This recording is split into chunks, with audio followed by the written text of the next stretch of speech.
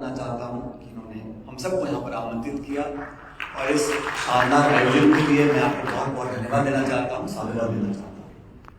पूर्व वक्ताओं ने कहा कि उदयपुर में जो 3 दिवसीय हमारी पार्टी का कार्यक्रम हुआ, उसके बाद आज पूरे देश भर में लगभग हर राज्य में, राजधानी में इस प्रकार का आयोजन किया जा रहा है।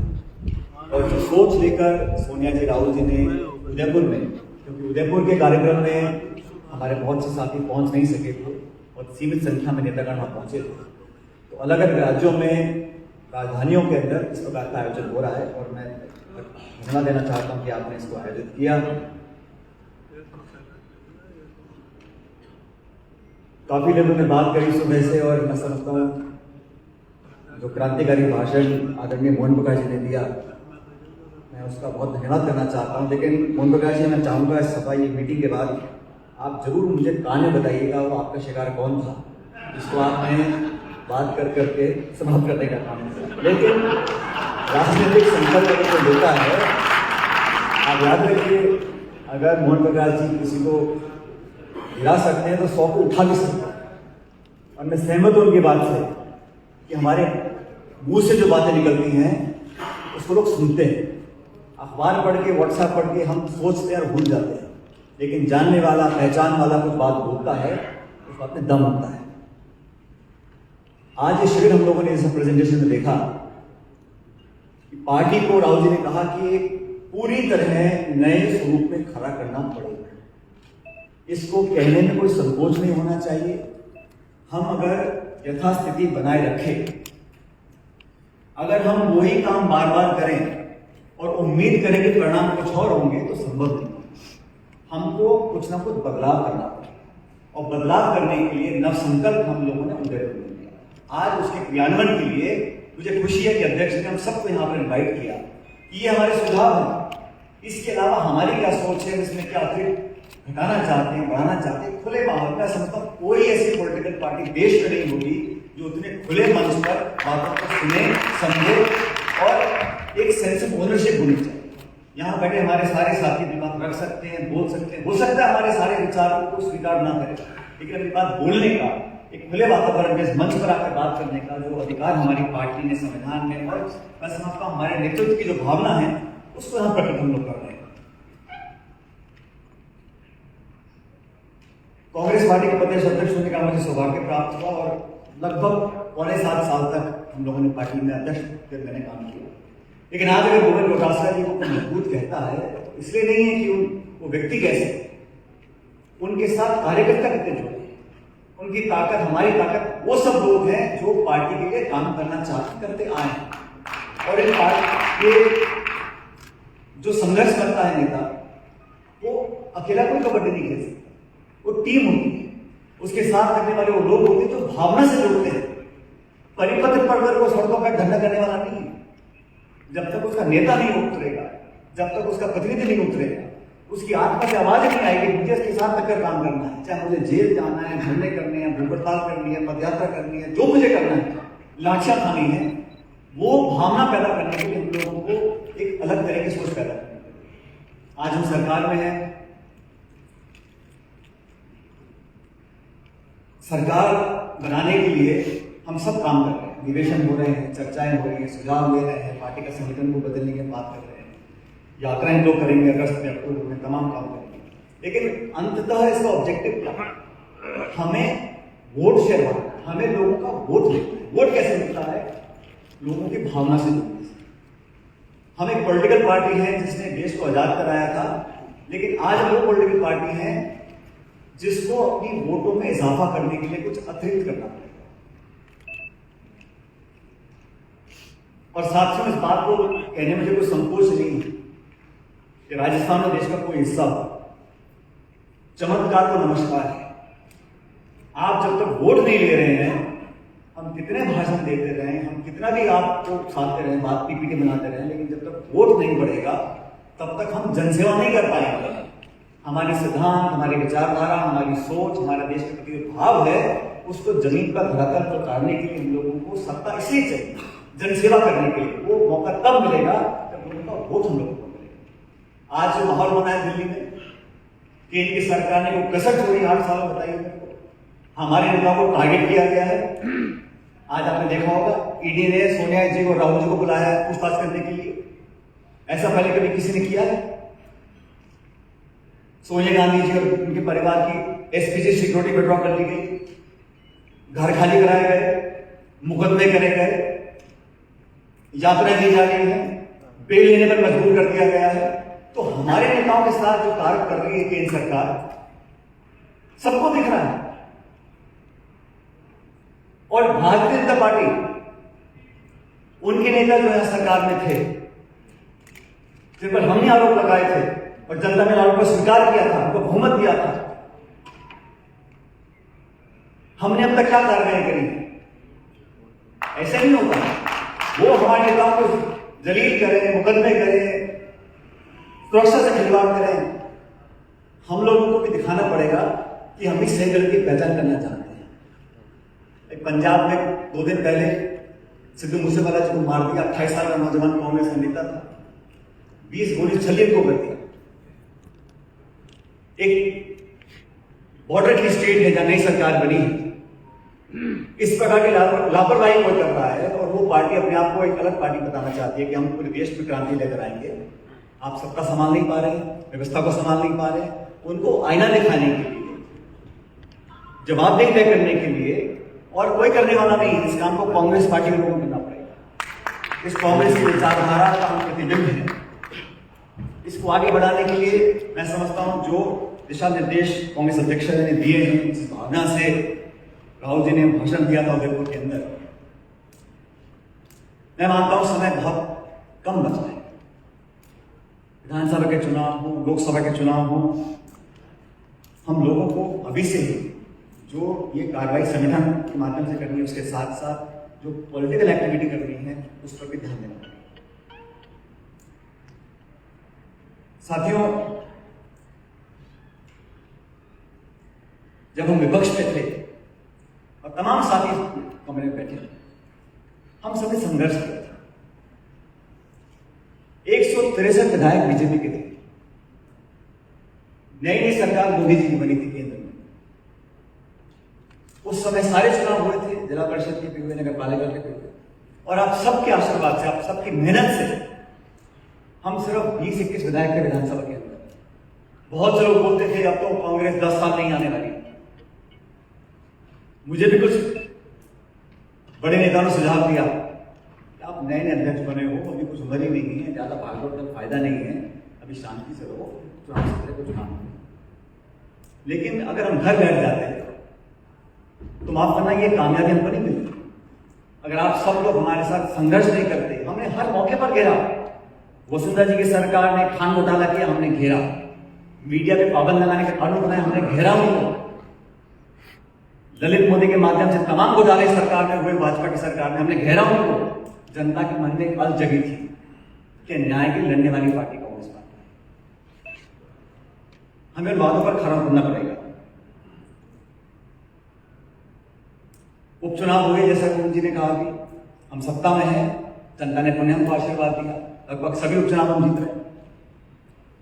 लेकिन जब विपक्ष में थे,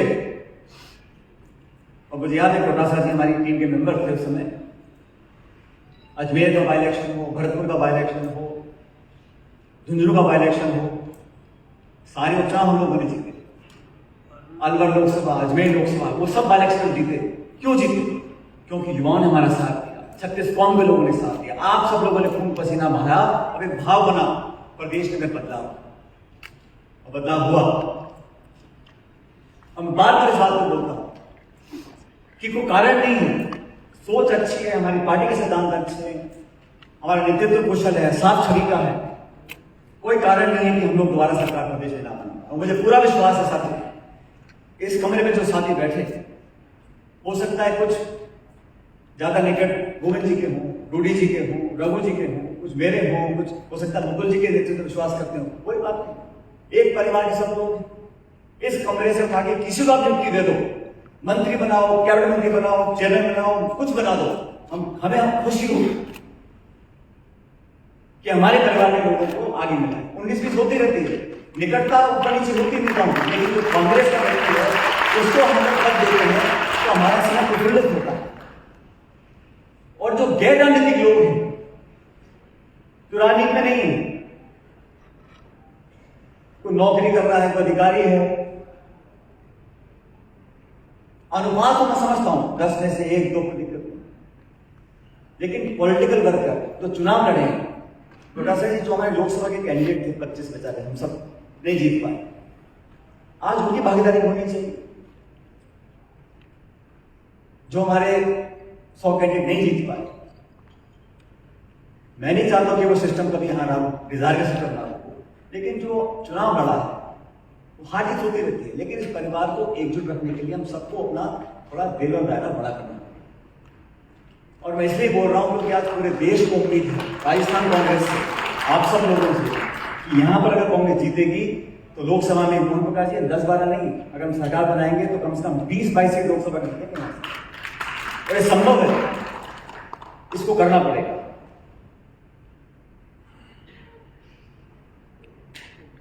हमारे 2 उम्मीदवार यहाँ बैठे हैं, रणदीप सुरजेवाला जी आज नहीं है, यहाँ पर दिल्ली गए हैं, मुकुल जी यहाँ महासचिव रहे मेरे ख्याल लगभग 9 साल, और देश को बहुत अच्छी तरह जानते हैं। 10 साल बहुत लंबे समय से रहे। प्रमोद तिवारी जी 10 चुनाव 11 चुनाव पंजीकृत लड़े, 10 एक विधानसभा क्षेत्र से 10 बार चुनाव लड़के जीते हैं, गिनेस बुक ऑफ रिकॉर्ड में नाम दर्ज है। इनकी स्वीकृति आज विधायक बनकर आई है, जहां सिर्फ 2 जीते थे उत्तर प्रदेश में विधानसभा में से, एक इनकी पुत्री जीती। तो कांग्रेस पार्टी ने या सोनिया गांधी जी ने, कोई कुछ भी कहे, मैं समझता हूं ये कांग्रेस का एक बहुत बड़ा परिवार है। किसी का मकान पंजाब में है, किसी का जयपुर में है, किसी का चंडीगढ़ में, दिल्ली में है, लेकिन हमारी पार्टी के परिवार के नेताओं ने अगर निर्णय लिया है तो मुझे ये कहने में कोई हिचकिचाहट नहीं है कि हमारे तीनों कैंडिडेट भारी बहुमत के साथ 10 तारीख को चुनाव जीतेंगे। ये माहौल बनाकर जो कोशिश की जाती कभी कभी, तो मैं भी देखता रहता हूँ, और आप सब जानते हो, बहुत चुपचाप देख रहा हूँ बहुत लंबे समय, माहौल बनाने की कोशिश जाती है। कोई किसी का माहौल नहीं है, संख्या बल हमारे पास है, अफवाह फैलाने से, आरोप लगाने से माहौल बनाने से कुछ होने वाला नहीं है। जनता उसके साथ रहेगी जो सच्चाई से दिलाई करेगी। और सोनिया जी ने, राहुल जी ने निर्णय लिया है, दोनों यहाँ बैठे, रणजीत जी दिल्ली गए हैं, इन तीनों को हम चुनाव जिताकर भेजेंगे। और मैं इस बात से सहमत हूँ जो कुटी जी ने कहा कि हमारे सांसद बनकर जाते हैं, हम सबका ज्यादा नहीं तो थोड़ा थोड़ा अधिकार आपके विधायक सांसद पोस्ट पर होगा, आपकी भागीदारी होगी। और यहाँ के लोग, यहाँ के हमारे सभी विधायक एकजुट हैं। 10 तारीख को मतदान में एक वोट आपके पक्ष में निश्चित पड़ेगा। और मैं तो कहना चाहता हूं उस मंच से, जो कोशिश करें सीधमारी करने की, हो सकता है उनके 2-5 वोट कम पड़ जाए, और हम लोग चुनाव जीत कर जाएंगे, तो सीट जीतेंगे, इसमें किसी को कोई शक नहीं होना चाहिए। अंत में जो संगठन के बारे में सुझाव आपने दिए, मांगे, मैं ऐसा मानता हूं कि मुकुल जी उस अधिवेशन में आपने संगठन के बारे में रिपोर्ट कांग्रेस अध्यक्ष को दी थी। मुझे लगता है कि प्रदेश कांग्रेस कमेटी का अलग स्वरूप है। राजस्थान इस देश का भौगोलिक रूप से सबसे बड़ा प्रदेश है। जब मैं अध्यक्ष था तो हमारे सिर्फ 20 विधायक थे, तो ऐसे अनेकों जिले थे जहां बिल्कुल आकार पड़ा था, ना प्रमुख था, ना प्रधान था, ना एमएलए, ना एमपी। तो वहां पर हमें प्रतिनिधित्व ज्यादा देना पड़ा था पीसीसी के अंदर। तो ये फ्लेक्सिबिलिटी अध्यक्ष के ऊपर छोड़ देना चाहिए कि कहाँ हमको अनुपात बैठाना चाहिए, क्योंकि जो पीसीसी का संख्या बल मेघालय में है, पांडिचेरी में है, आसाम में है, और राजस्थान से भिन्न है। राजस्थान में यहाँ पर आज भी ऐसे बहुत जिले हैं जहां पर हमारे विधायक कम है, जालौर है, सिरोही है, भोपाली है, इस बेल्ट में विधायक कम है। तो वहां पे हम अगर संगठन के लोगों को मौका देंगे या पॉलिटिकल अपॉइंटमेंट ज्यादा करेंगे तो अनुपात बनेगा। कुछ जिले ऐसे थे हमारे मंत्री नहीं, विधायक होते हैं लेकिन मंत्री नहीं है।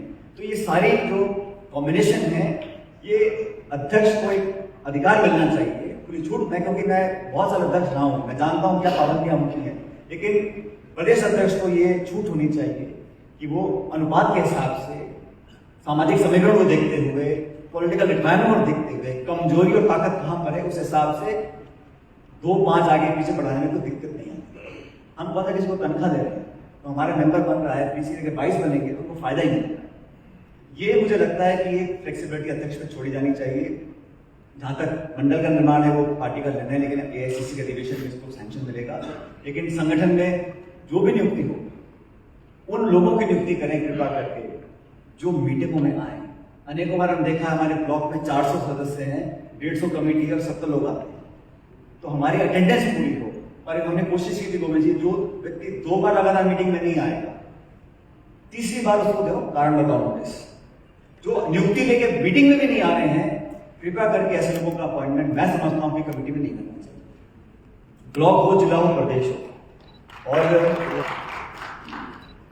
संगठन का जो कार्यक्रम चालू होगा अगस्त में, अक्टूबर में, मैं समझता हूं उसमें पूरी भागीदारी निभानी चाहिए। ये बहुत महत्वपूर्ण समय हमारे लिए है। इन चंद महीनों में मुझे लगता है हमें सोचना चाहिए कि चुनाव अगले महीने, हम सोच के चलेंगे कि चुनाव 1.5 साल बाद है तो बहुत देर हो जाएगी। हमें सोचना पड़ेगा कि चुनाव आ गया है और लगातार चुनावी मोड में हमें काम करना पड़ेगा। लोगों के गिले शिकवे सुनने पड़ेंगे, समाधान करना पड़ेगा और कुछ खट्टी मीठी बातें सुनकर हमें उसको सकटना नहीं पड़ेगा। हम सोचें कि सब अच्छी अच्छी बातें करें। अनफॉर्चुनेटली होता क्या है, हम जिनसे मिलते हैं अधिकांश हमारे समर्थक होते हैं, हमारे जानने वाले होते हैं, अच्छी अच्छी बातें बोलते हैं और परिणाम फिर गलत आते हैं। इसलिए वास्तविकता को ध्यान में रखते हुए सबको संतुष्ट करना संभव नहीं है, लेकिन अधिकांश लोगों को संतुष्ट करने की एक सच्ची पहल करनी पड़ेगी। तब मैं समझता हूँ कार्यकर्ताओं को जुड़ाव हमसे होगा। चुनाव चल ही रहे हैं, मुझे पूरा विश्वास है कि जो सक्रिय मेंबर्स हैं उनको हम लोग रिप्रेजेंटेशन देंगे, पीसीसी डेलीगेट्स का, ब्लॉक अध्यक्ष का, ब्लॉक कमेटी में। और अगर हम एक मापदंड तय कर लें, रोटा सिंह का सुझाव आपको है, आप पार्टी के लिए अगर हम मापदंड तय करेंगे तो अगर किसी को इंक्लूड नहीं करेंगे तो मनमुटाव नहीं होता। ये क्राइटेरिया बना दिया है हमने, संख्या बल फिक्स कर दिया या इस क्राइटेरिया के लोग हैं तो लोगों को ज्यादा हार्ट बर्निंग नहीं होती है। क्राइटेरिया से लोगों को बाहर भी रखा जाता है तो बुरा नहीं मानता। हम कमेटी बना रहे 500 लोगों की, तो फिर लोग कहेंगे भाई मैं 500 के लायक भी नहीं हूं, तो और निराशा होती है। हम बोले सब बनेंगे सिर्फ 50 लोग, तो लोग अपने आप को संतुष्ट कर देते हैं और नेता परेशान नहीं होता। नेता के आसपास चंडाल चौकड़ी होती है, वो तंग करती है। अरे यार तुम जयपुर क्यों नहीं गए, तुम इस लायक के नहीं हो, तो वो जो कार्यकर्ता होता है वो नेता का जीना आराम कर देता है। इसलिए हम लोगों को अगर हम क्राइटेरिया बना देते हैं तो संतुष्ट करने में आसानी होती है। और जब मैं अध्यक्ष था तो हमने एक पार्टी और सरकार के लिए बनाई थी कोऑर्डिनेशन कमेटी।